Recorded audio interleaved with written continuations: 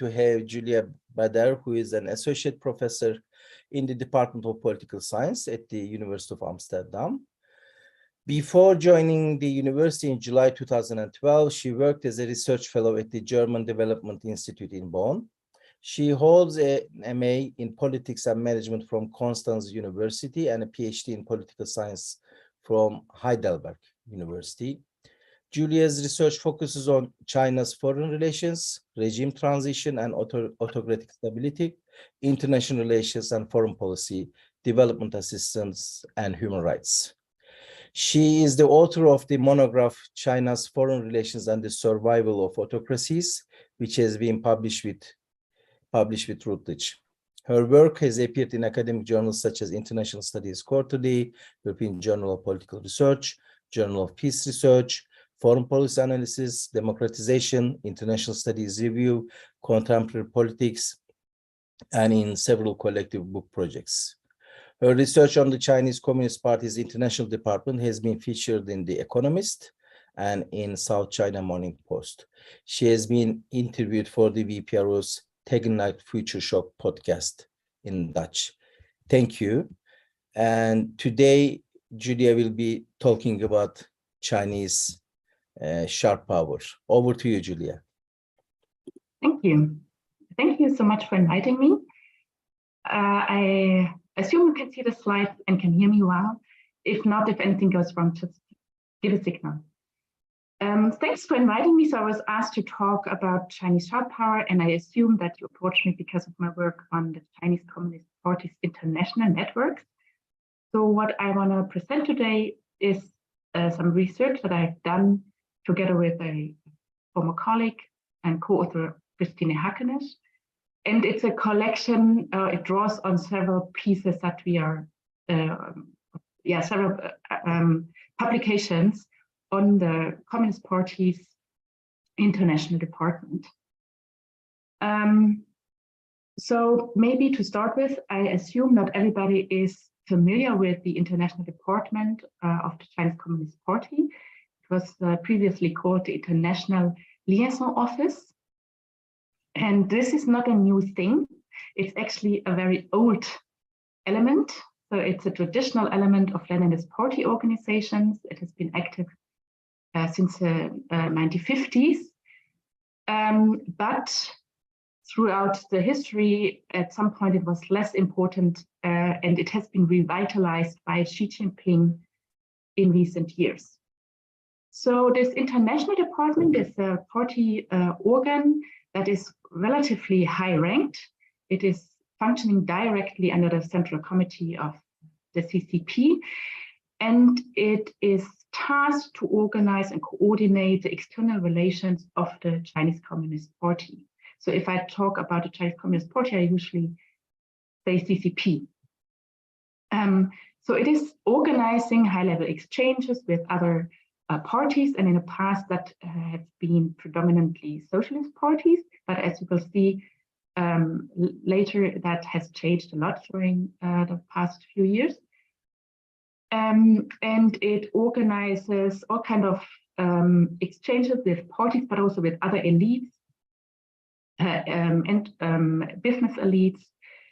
And it organizes also travel or makes travel arrangements for Chinese for Chinese party functionaries at highest level if they don't have a formal government function. For example, from the propaganda department. Interestingly, this international department also organizes trainings for other parties. Whether and how much material support is provided through the CCP ID, so through this international department, is not clear. But what is clear is that it also works as and functions as a intelligence gathering unit. So it is meant to advise the CCP Central Committee on decisions. It's meant to help the highest leadership to better understand what's going on in other countries, and that is, of course, particularly helpful if parties play a relevant role in other countries. And for example, in the history, the CCP ID was mainly tasked to figure out why the Soviet Union collapsed, to help the Chinese Communist Party to avoid that fate. So this is a tool that is meant to help the leadership to understand what's going on elsewhere in order for their own policy decisions, but also in order to further their own foreign interests. Now, why is this a significant entity to look at? So first, I have to say that we do not know a lot about this organization yet. It has a wide network of party relations and relations to other elites around the globe, but it has developed those networks largely beyond the scholarly attention, or out of the radar of the scholarly attention. But if we think about it, it's of course very, it might be a very significant actor, because if it is successful, it might be very consequential. This is because the focus it's a niche actor that focuses on party elites, and political parties are at the core of many things. So if we think about a system where parties play a role in the first place, they are at the core of public discourses. So and we know that China has invested a lot in its soft power projection and managing a narrative, managing and portraying China in a positive light. So the party channel can function as a propaganda tool. But political parties are also at the core of decision making. So the party channel may also work as an alternative to state diplomacy in order to advance Chinese foreign policy interests. And that may have strategic advantages over the usual diplomacy, because addressing parties is sometimes less in the public attention than state diplomacy, which tends to be very visible.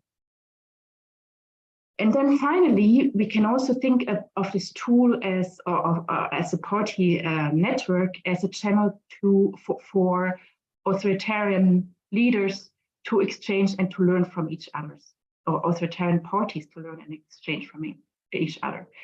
So political parties are also at the core of political systems. So if a political party is not valuing democratic norms, that will have effects on a democracy in the long run.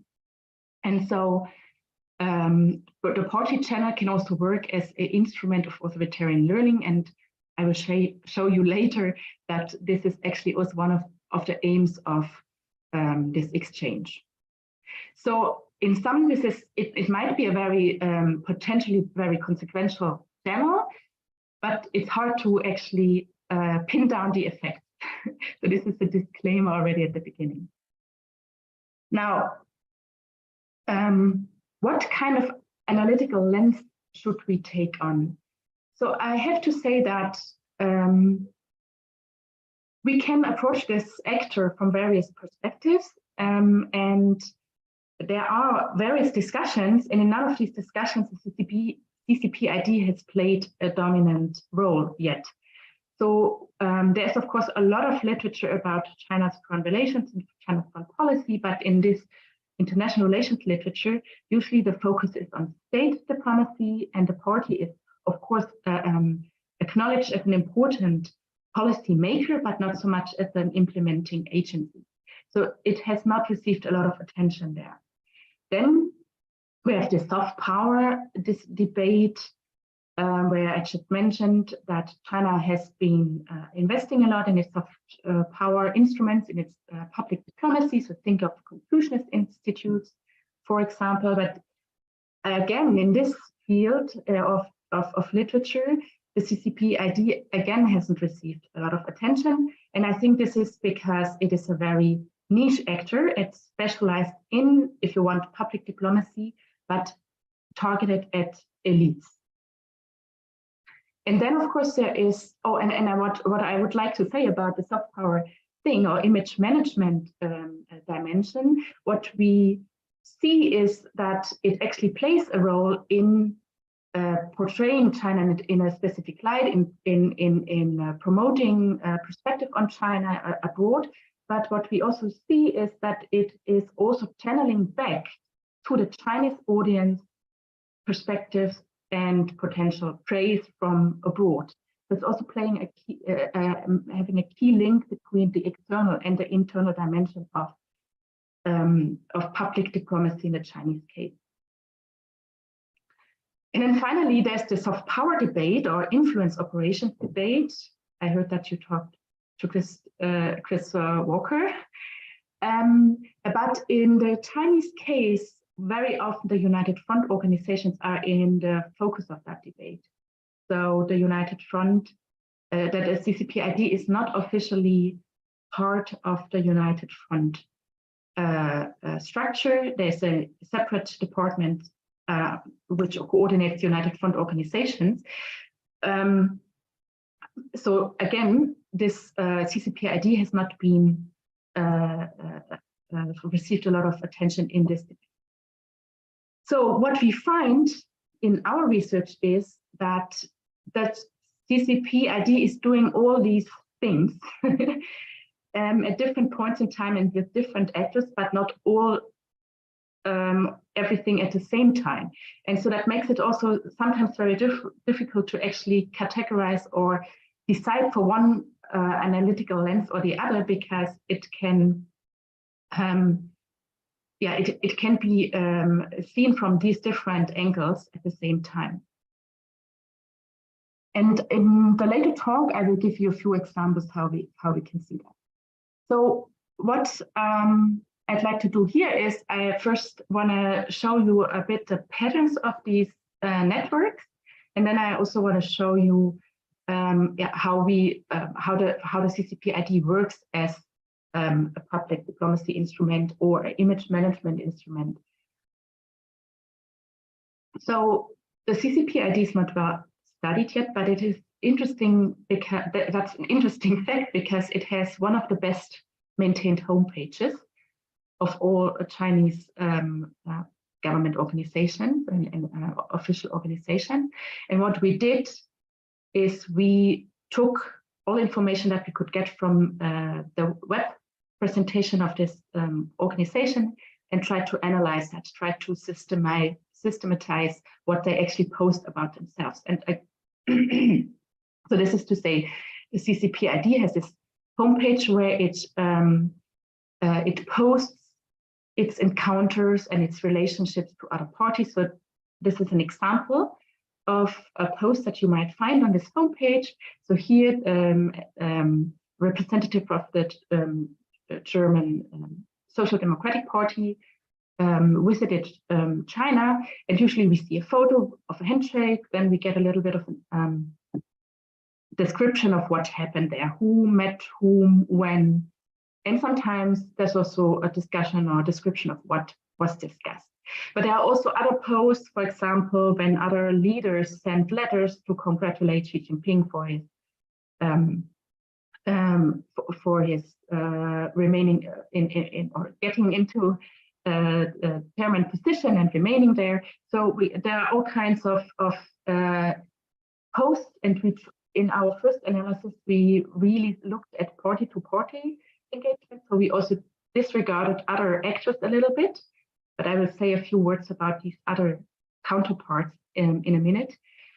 So we focused on those party-to-party engagements, and we also tried to only look at posts where there was an actual physical interaction. So we disregarded these letters, for example. So in this first data analysis that runs from 2002 to 2017, 2002 is the year when the web page went online. Of course, the activities precede that date, and our first analysis dates from 2018. So that's why we focus here on 2017. I also have a few words to say about more recent developments. But in that 15 years, we found, or we looked at more than 5,000 of these posts, and then we tried to really categorize what is in these posts, who are the counterparts, from which parties are they, and where do they meet, what do they discuss. We also try to triangulate a little bit with other interviews and news analysis. So we basically counted and coded this information in these posts. And we also looked into specific countries and contextualized a little bit what is going on there. So this is what we find in the broader pattern for party-to-party relations. So in this 15 years, we can see that the encounters with party counterparts over time have increased. So the straight line is are all encounters with foreign parties. We found more than 460 different parties mentioned in these posts in almost all countries around the globe. In total, we could identify more than 2,600 separate encounters. So sometimes several posts describe the same meeting or the other way around. Several parties are described in one post, and we try to disentangle that, and came to the conclusion that there are more than 2,600 separate encounters with individual parties. And just to give you an idea, in 2017, Xi Jinping announced to invite another 50,000 foreign party officials to China in 5 years. So I don't think that he has actually achieved the goal with the corona crisis, but this shows you how important Xi Jinping thinks this instrument is. Now the dotted line that you can see are encounters with non-party counterparts. It could be kings, it could, or representatives, state representatives that are not mentioned in affiliation with a party. And sometimes we have encounters where we know the representative has a party affiliation, but it is not mentioned. But we can also see that, for example, in states where there's no parties around whatsoever, they're forbidden, for example, even with those countries, we see interactions, and then usually that's different counterparts. And what we can see is also that these counterparts with non-party actors are on the rise. And I think this is also where the overlap with the United Front is the most obvious. So for more recent years, and I will say that, talked about that in a minute a little bit more, we also see, for example, more engagement with parliamentary groups or friendship associations that are also addressed by the CCP ID. So this is a map, just to give you a little overview how these party meetings distribute around the globe. The dots are just an aggregation for each country, just an aggregation of all meetings of parties in one country with the CCP. So the bigger the pie, the more encounters we observe with parties of a given country. And then some pies are plain and others have pieces. So each piece stands for an individual party, and the size of the pieces are proportional to the amount of meetings that a party had with the CCP. So what becomes obvious very quickly is that in some countries, the CCP ID focuses on just one party. Certainly that's the case for for those regimes in Laos, Vietnam, and North Korea, but also where we do still have communist parties in place, but it's also the case for most of Africa. And then we see that in countries where there is most of democracies, in some hybrid countries, we see that there is also meetings with opposition parties. And I can show you this in a analysis that where we matched parties with data sets, other data sets that are around in political sciences, which gave us information of whether a party is in power or in the opposition. So it becomes quite clear that more than 70% of the meetings are with parties in government. So it's a very strategic reach out to parties that are powerful.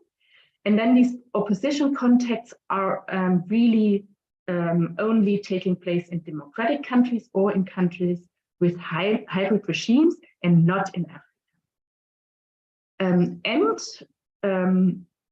So we classify the countries according to Freedom House into the categories of free, non-free, or partially free. And then also for those autocratic countries that fall in the non-free category, there are a few opposition parties that have contacts or that are listed in these posts, but half of those fall in Russia. So you can clearly see the patterns.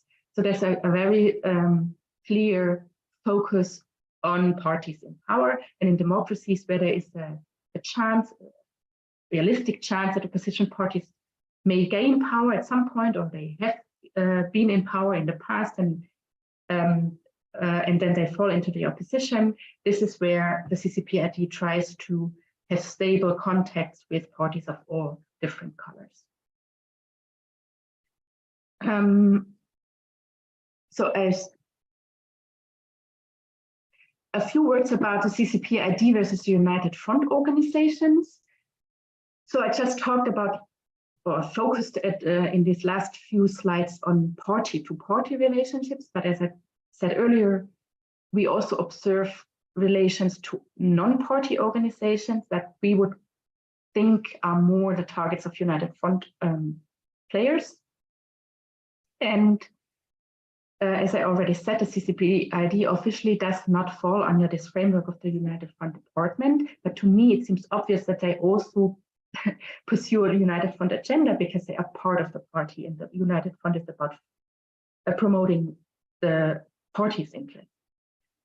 Then what we see is, particularly in recent years, we see this outreach to parliament, to parliamentary friendship groups, business associations, to think tanks, and also to former leaders that have retired. So after retiring from office, when there's no real reason to invite them on a diplomatic channel anymore, they are sometimes invited and addressed through the CCP ID. And we also see sometimes that there are cross references between United Front organizations in these posts of the CCP ID. So sometimes they say we had a meeting with a representative or with a former president, usually they're called the Friends of China, and this person was invited by another organization such as the Chinese Association for International Understanding, which is the typical United Front tour. So we see increasingly that there is coordination and cooperation between these actions. But I think it is also part of the reason why the CCP ID is so versatile and so diverse in what it does and in how it does things in different countries has to do with the fact that it is very much context specific, how it addresses partner countries, on which actors it addresses in partner countries. And yeah, so on the Chinese side, it also very much depends which actors get involved in a country on the context in that on the context of that country. So if you have a huge Chinese diaspora in a country, you may simply use different tools to address the country than if you don't have that. Now, these are what I just showed you are the broader patterns of how China addresses other parties around the globe. And now you may wonder, so why do they do that? What is the CCP ID doing then when it meets these counterparts around the globe? And here are a few insights from a more textual analysis or content analysis of these posts. And what we did was, in the first round, we looked for terms that we expected to pop up. And then what we actually see is that there are different functions that this CCP ID context or networks play. So first of all, it's an echo chamber for political slogans that are on vogue under these individual Chinese leaders. So we can see that different slogans that are promoted by different leaders pop up and are promoted, and then they disappear over time. For example, harmonious world and peaceful rise that were terms promoted under Hu Jintao. They are more common in the first decade that we looked at. And then when Xi Jinping comes to power and he promotes a stream, then that term is picked up in these meetings. Of course, we also see the Belt and Road very prominent. So it is also stated various times that this CCP ID's outreach is meant to promote the Belt and Road initiative. Then what we also see is that the channel serves as a tool to get confirmation of support on core Chinese foreign policy interests. So for example, you will probably not find that very surprising, but getting confirmation on the One China principle. But we also see, for example, in 2016, when the Philippines brought in a court case, arbitration case in the South China Sea conflict with China, we see that issue popping up in these meetings where countries take position in favor of China, or that's what then is published. I don't think they would publish if someone disagrees with that position. And then we also, for example, another example would be Tibet around the Olympics in 2008. There were protests in Tibet that got repressed, and that was addressed by other counterparts. And then we see in these meetings that the CCP ID tries to brief their counterparts on the situation in Tibet and try to explain what goes on and also to justify their position on the issue. Interestingly, in the Xinjiang issue doesn't come up very often, but I think that has to do with the time frame here in the graph, because we see in the more recent years it is actually a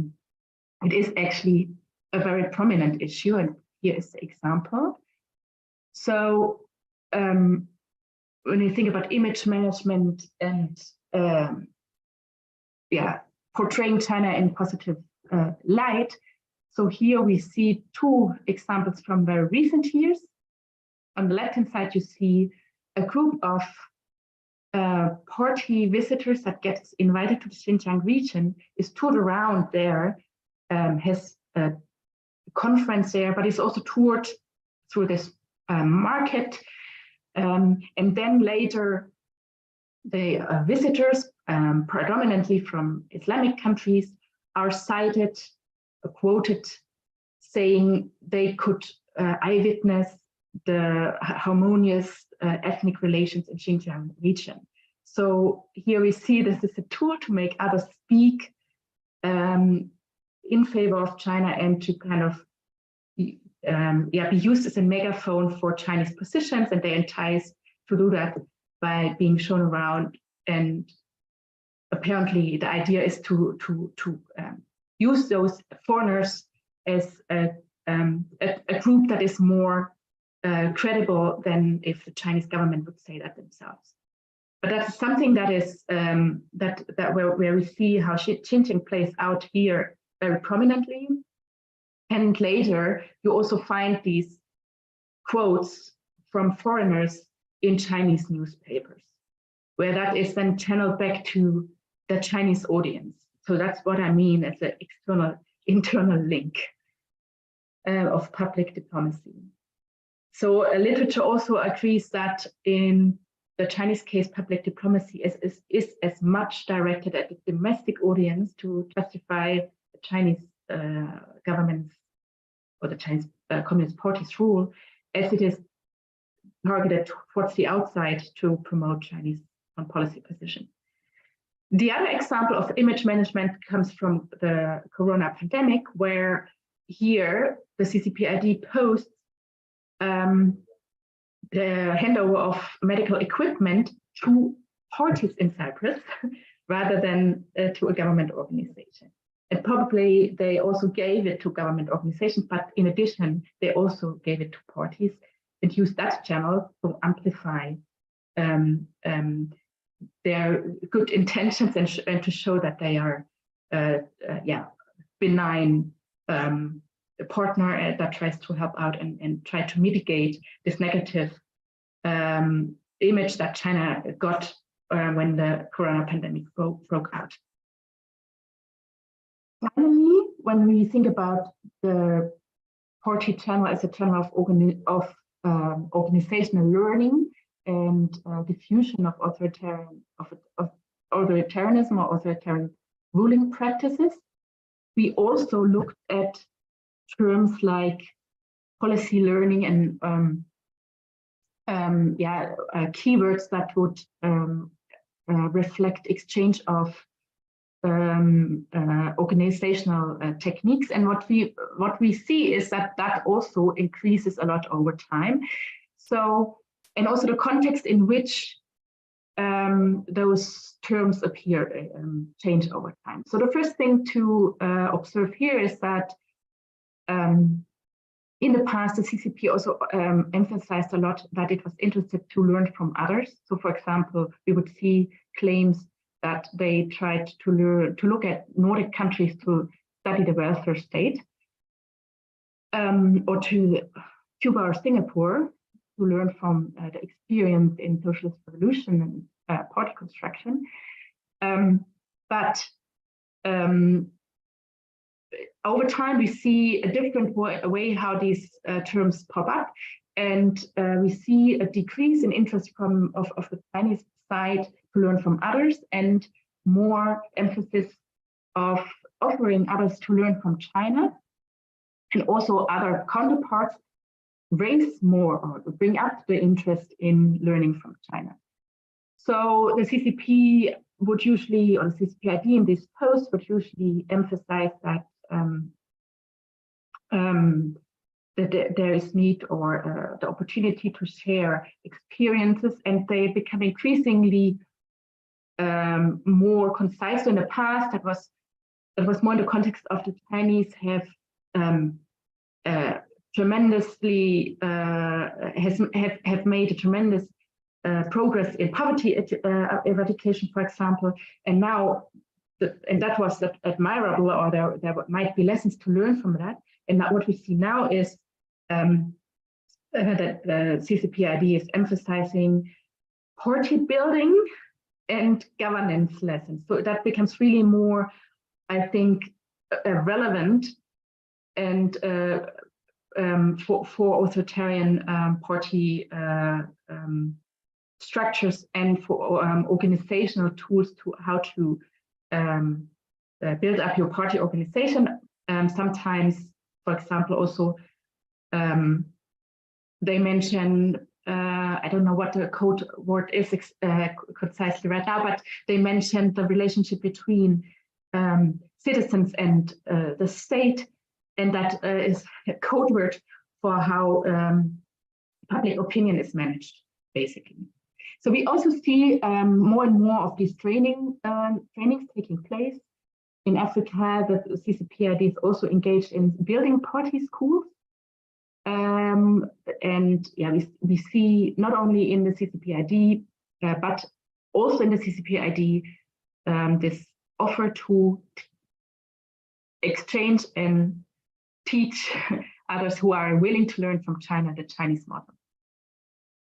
So we do think that this is also an important channel to normalize and socialize others into the Chinese governance system and into a more authoritarian way of conceiving of governance.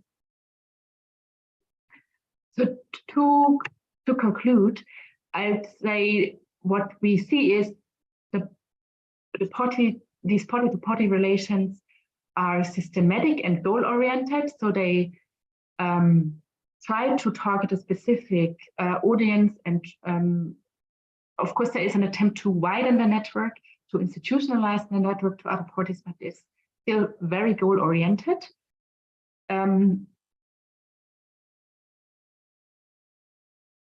Then I haven't elaborated on that in the talk, but I have to do that. There's also we can see that ideology and historical ties play a role, but it goes way beyond that. So we see that ties are still, so the overwhelming majority of left-leaning parties have denser ties than right-wing parties, but it's not the case that China is focusing only on parties that could be qualified or categorized at the left spectrum of right-left dimension in party systems. So there is really also a strategic choice in whom to address. And of course, the party's power in government matters a lot. Then we also see that makes the analysis a bit difficult, wide variations across different contexts and different approaches in different world regions and over time, which makes it really complex. And basically, this is a very versatile actor that fulfills many different functions at the same time or in particular places at particular times. So we can see that it works sometimes as an alternative to diplomatic channels. I can give you examples if you're interested in the Q&A later. We can see this image management function that goes tries to address and solicit positive statements from external elites, and then channels that back into a domestic propaganda apparatus. And then we also can see in some aspects that there is this elite capture taking place, which would probably mostly speak to the sharp power concept that you are interested here. What I'd like to say is that it's not all activities I would think are sharp power, where sharp power plays out, but some of them. And I do think that is a potentially influential player in both realizing Chinese foreign policy interests and in normalizing and, subtly promoting authoritarianism around the globe. And we do see that there's a new China model discussion where China is more actively emphasizing the potential lessons that it has to offer for other developing countries in terms of its governance principles. So I leave it here. And there's much more I could say in empirical terms, but I leave it to the audience to ask questions. Thanks for your attention. Thank you, Julia. This was fascinating, very packed actually. And I'm wondering we could turn this into a few more talks, a sort of series. It was so packed. Thank you. Maybe in the Q&A we will have more discussion, and so that you can open up a little bit on this. I wondered why in Africa they don't contact opposition. You said that's an exception. I am wondering why. And also, as far as I know, Russia and Turkey are very active in Africa too, both in relation to soft power, but also sharp power. Mm-hmm. I am wondering if there is any sort of authoritarian learning among these three powers, any authoritarian diffusion, any collaboration, competition, if you are aware, any of these. And last part of this question, again on Africa, is the Chinese government interfering with the democracies in Africa? Mm-hmm. Thank you. Thanks for your question. So I first have to say that I will probably not be able to answer all your empirical questions, because you see that this is very the way we got the data collection is based on what they tell us, and they will not tell us everything. They tell us only what they want us to see, right? And we do have a little bit of insight. So the comparison gives a little bit of insight, and we do have a little bit of insight through talking to counterparts. But even those are not always very keen on talking about these relationships for different reasons. So please, yeah, I hope that you understand if I will probably be unable to answer all your questions. So why Africa? Why the focus on ruling parties? I think in some of these African countries, particularly in East Africa, we see that the former, so there is a historical dimension to it. China has been active on the African continent and helped supported liberation movements throughout history in the 50s and 60s. And some of those parties are now ruling parties in African countries, and they have very close, mostly it's those relations or those countries, those parties that also have very close relations with the CCP ID. And here you see that it overlaps, so the kind of ideological dimension overlaps with a historical relationship and with being in power.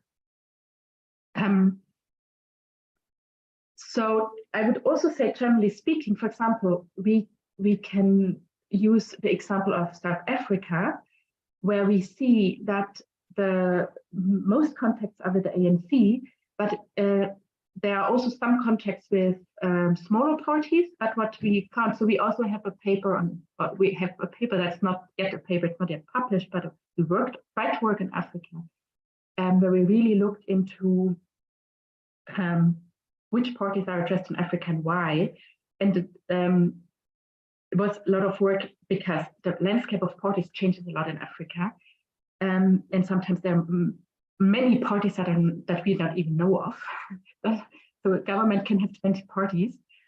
But what we see is that usually when these parties are addressed in the context of a hybrid regime or an autocratic regime, only those parties are addressed that where it is where there is a tacit agreement with a ruling party that it's okay to address those parties. So if they are already a collaborator with the ruling party, then they would be addressed. So I think that's the general rule, because the CCP idea is also not, it's not in their interest to antagonize ruling parties, right? And there might be cases, we try to cross-check, but we didn't find those cases where there might be context to parties that come to power in, or that are, where the Chinese think that these parties might play a role in the future. But I would say that then they're not so keen to publish and tell us because they don't want to antagonize the ruling party. So sometimes they reach out to up and coming parties in the anticipation that this might be a useful contact in the future.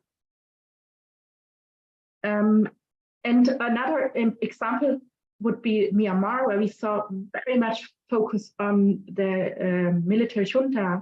And when the political system broke up a little bit, opened up a little bit in 2010 and following, then they reached out to all kind of also civil society groups, because those became more important and more influential, also with regard to Chinese investments that had aroused a public protest.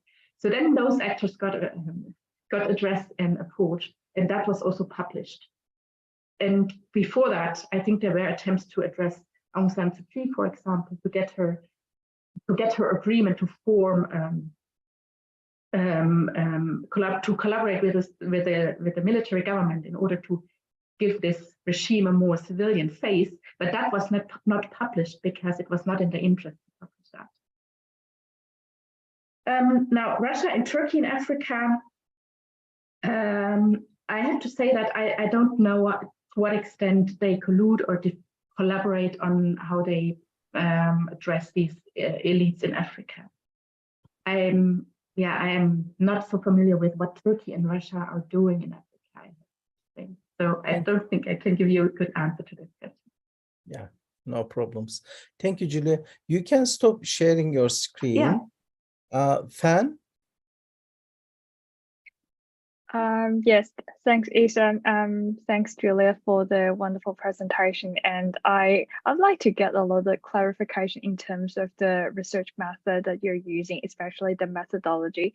Because what I was thinking is that it's not easy to do research on China, especially the internal operation within those departments and, you know, internal operation or communication, external communication between those departments and outside.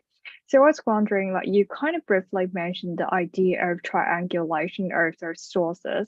I was wondering how you gather those evidence and also those sources, and also to shed that light on those normally confidential or classified actions or documents, and how you would be able to distinguish the credibility of their sources as well. For example, their government can be a quite active actor in curating, creating, and disseminating fake news or misinformation. For example, China's government has been notoriously being a genocidal denial in this context.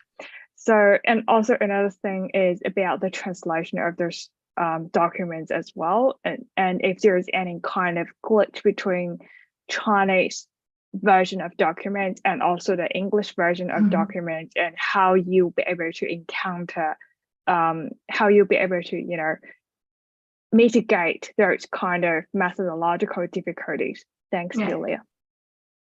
Thanks. So this is why I said at the beginning, we can only look here at what they want us to see, and there are also various reasons to believe that the CCP ID has its own organizational interest in publishing those reports.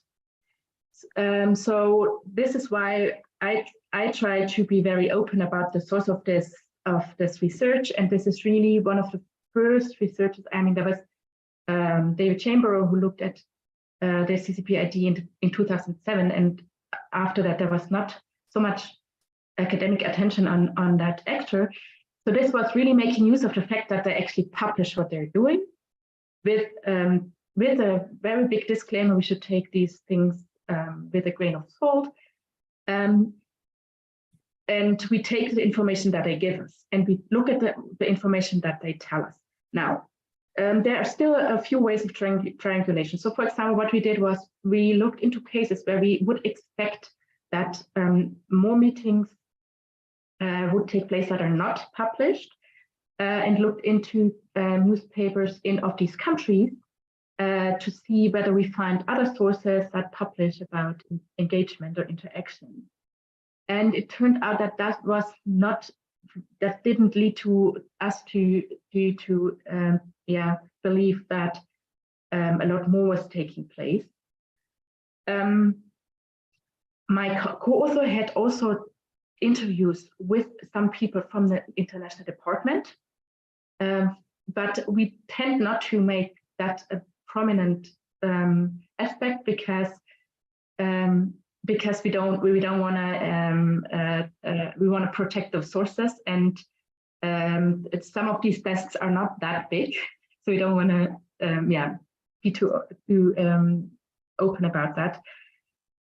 But what she got from the interviews was more or less also in line with what we found on in these, like was in line with the patterns that we identified from looking at the big amount of publication.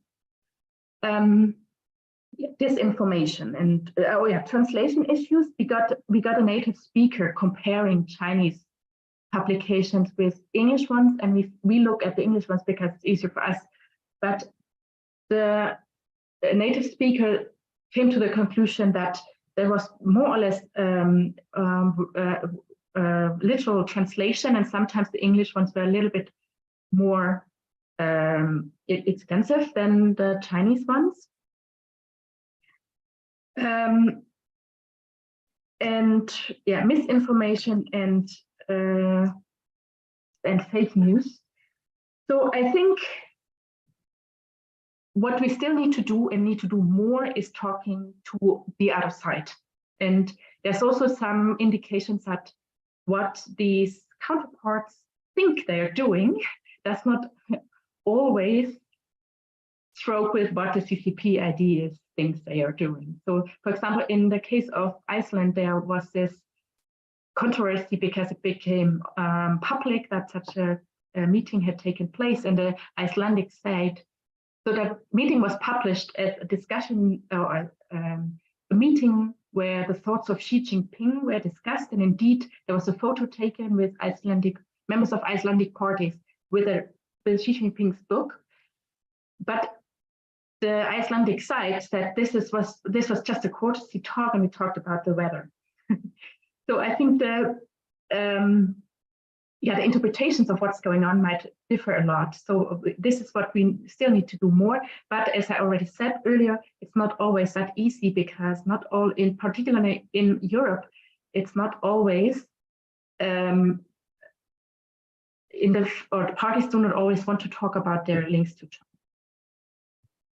China. There's also, what we also can say is, if there's disagreement. So, for example, we have this famous case in the summer 2 years ago when the party leader of the German Liberal Party went to China, and they went first to Hong Kong to open and to talk to democracy protesters.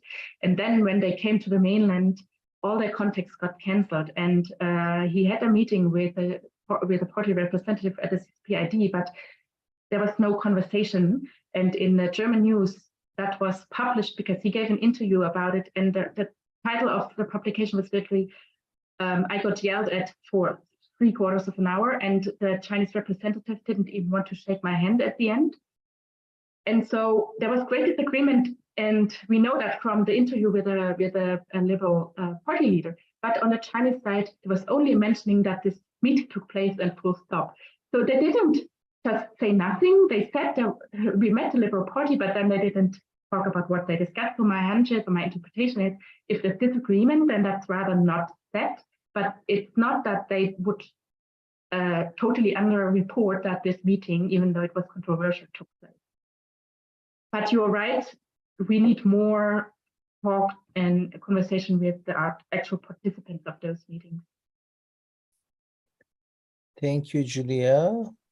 I have Kainat, Erkan, and Martin. Can you ask your questions one after another, and then Julia can respond to all of them at once?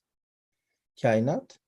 Thank you. Thank you, Julia, for the presentation. My question is related to what do you think are the differences and similarities between China's approach to foreign aid and its Western counterparts? So, for example, US also does pro-democracy workshops, governance workshops, and aid programs. And similarly, in your presentation, it came through cultural aid and cultural programs, aids, and all of this is being done by China as well. So I would be interested in knowing if you've observed any similarity and differences between these two. Thank you. Erkan? Yeah, sorry. Hi, hello. Thank you for the presentation. So my question is about the party relation with the Chinese foreign policy, the state bureaucracy. Yeah. So when the party target to a specific groups, building to soft power and that diplomacy, does it create a kind of competition or rivalry with the state bureaucracy? So in terms of, for example, the defining the policies, strategies, whatever, and how do they handle when there's a problem? Is there a conflict between these two ones? Okay, thank you. Martin? Yes, thank you very much for your presentation. My question, it sort of touches upon one of the first questions you answered, and also in your conclusion, but I just wanted to know whether or not in your study you noticed a difference in the language used or the topics discussed depending on the different regions of the world. Because we know, for instance, like you mentioned, the 15,000 in 2017, but I think Xi Jinping upped that number very recently for the intention to construct ties with elites in Latin America. So I wanted to know whether or not, you noticed a difference between the way that the CCP ID covers these meetings depending on the region. Thank you, Martin. Julia, I also have a question on diasporas. You said that depending on the diasporas, different Chinese government organizations are involved. I've been also working on the Turkish diaspora management, Turkish government's diaspora management, and also recently looking at the Indian one, especially from the lens of authoritarian populism. Both governments in these countries, both in India and Turkey, they are populist, authoritarian, and they've been using religion and civilizational populism. So I wonder to what extent China has been doing the same when it comes to its diasporas and dissidents abroad. Thank you. Okay. Okay, so these are good, very good questions. Some are difficult. So I'd like to start with a question on conflicts or collaboration with state diplomacy. It's a difficult thing to investigate because we cannot look inside these organizations, and apparently, for example, it's not even clear there are no Chinese sources on the whole budget of this organization, of the CCP ID.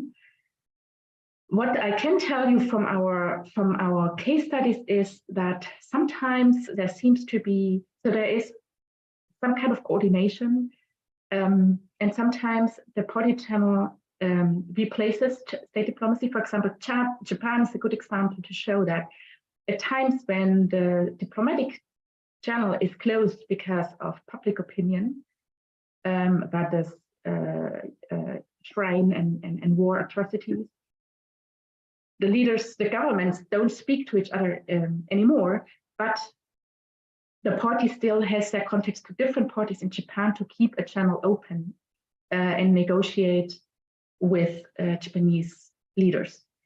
Another example, so here there seems to be that the party is used as a track to diplomatic channel when other channels got stuck.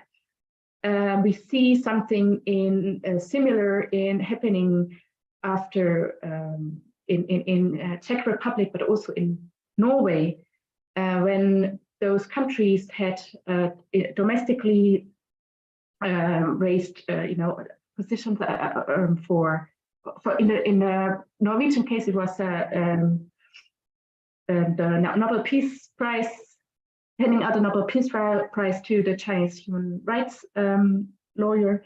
In Czech Republic, they took side for Taiwan, and as a result of that, the diplomatic channel again got closed. Chinese side refused to talk anymore to this government, punished this government, and then we see in items in these reports how discussions are taken up through the party channel. So in the Czech Republic, it's very obvious because they also say it in the end.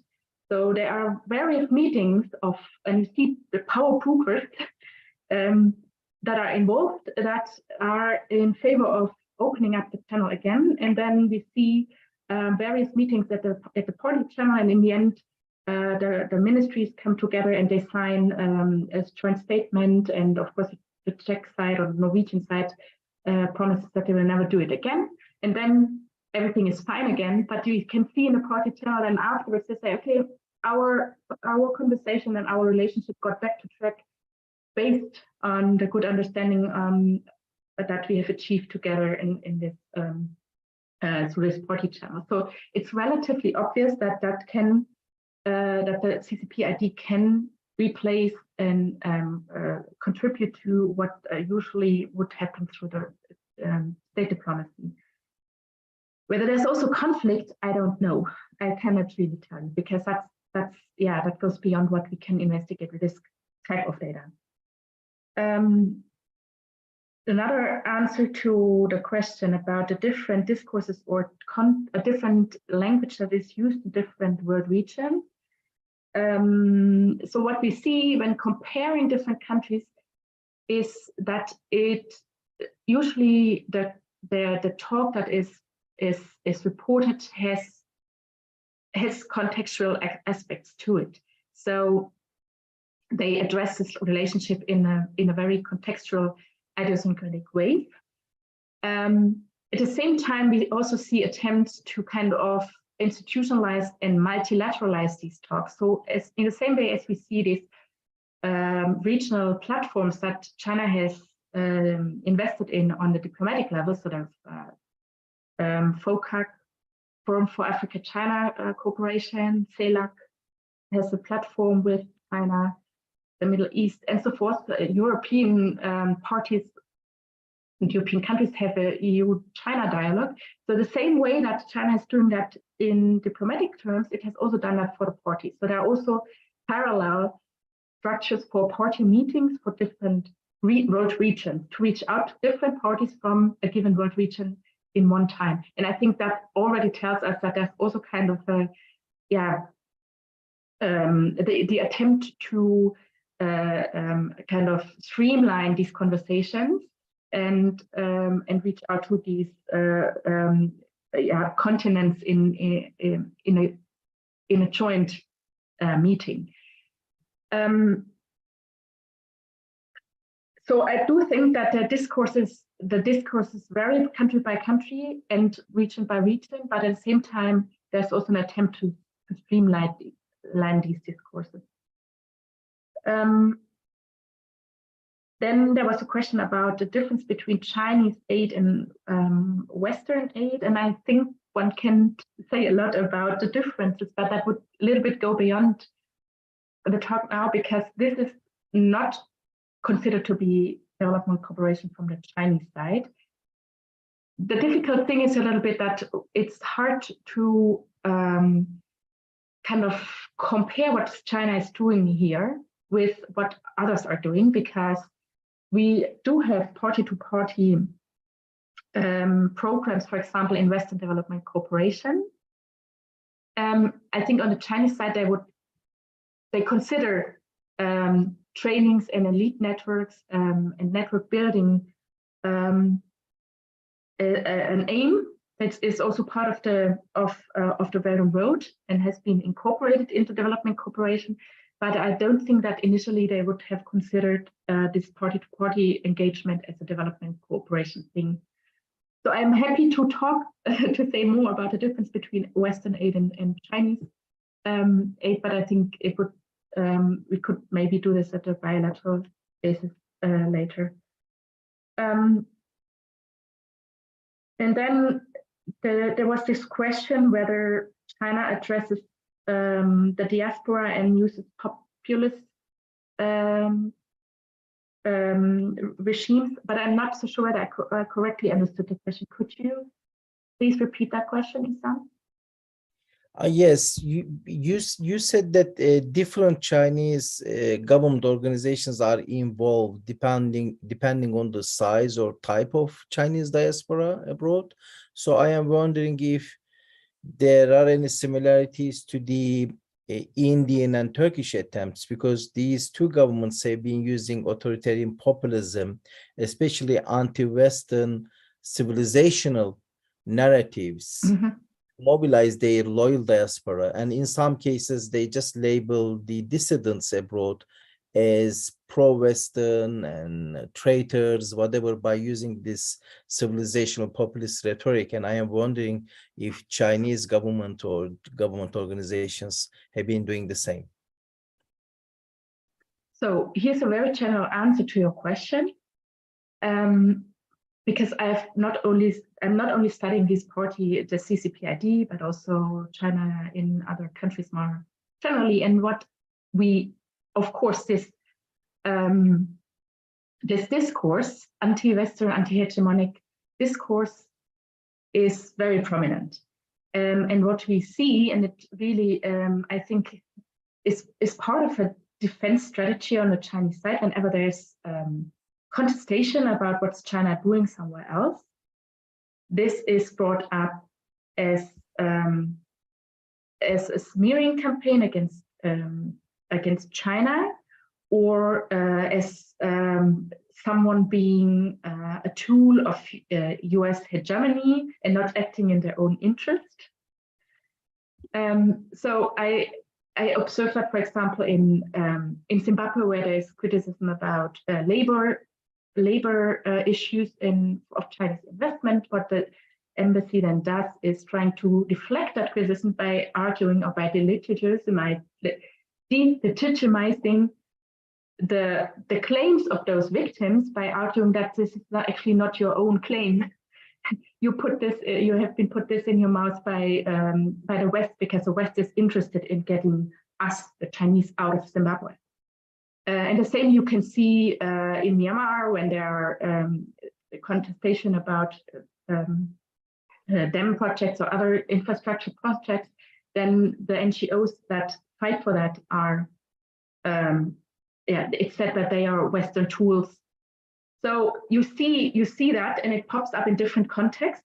I've even seen someone making that argument here in the Netherlands. When there's criticism about whether we should look close what China's doing in the Netherlands, someone saying this is just a securitization theme that comes from the US and it's not in our own interest. So I do see these narratives, and my hunch is that there is a common source. So they don't only pop up locally, they are probably also somehow, maybe it's a kind of default answer from the Chinese side. Thank you, Julia. Thank you for these fascinating answers. And thank you, everyone, for joining us. This week, we had Julia Bader from the University of Amsterdam. She's an associate professor there, and she's been working on Chinese Communist Party and different government organizations. And this was a fascinating talk. I'm sure there are many questions to be asked, and maybe in future we will have Julia again. But for now, that's it. And next week we will have Vincent Keating, conceptualizing Russian influence beyond unwanted flows of information. At the same time, 11 a.m. CET. And until next week, have a good time. Good time. Thank you. Thank you. Bye-bye. Thank you, Julia.